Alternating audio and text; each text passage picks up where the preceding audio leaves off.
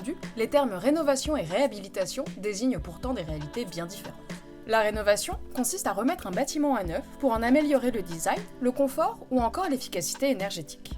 On parle d'ailleurs, dans ce dernier cas, de rénovation énergétique, et c'est évidemment un des enjeux majeurs pour la transition écologique dans le secteur du bâtiment. La rénovation peut impliquer la démolition partielle du bâtiment.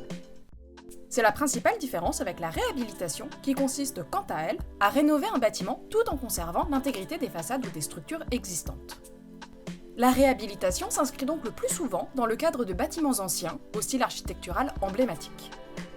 C'est notamment le cas des anciens hospices, couvents ou vieilles églises, et plus généralement des bâtiments classés monuments historiques. De ce fait, les projets de réhabilitation s'appuient parfois sur des dispositifs fiscaux, tels que la loi Malraux ou la loi Monuments historiques, nécessaires pour équilibrer le coût très important des travaux.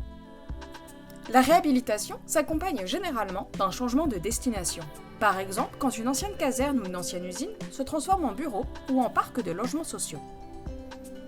Elle permet ainsi de donner une seconde vie à des bâtiments souvent idéalement situés au cœur des centres-villes.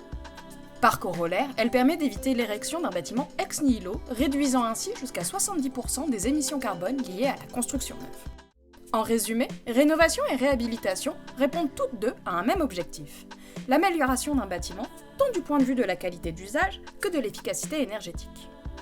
Néanmoins, la réhabilitation va un cran plus loin en intégrant la préservation du bâti existant. Elle s'inscrit donc dans une volonté de refaire la ville sur la ville, dans une logique d'urbanisme circulaire, et ainsi de lutter contre l'artificialisation des sols.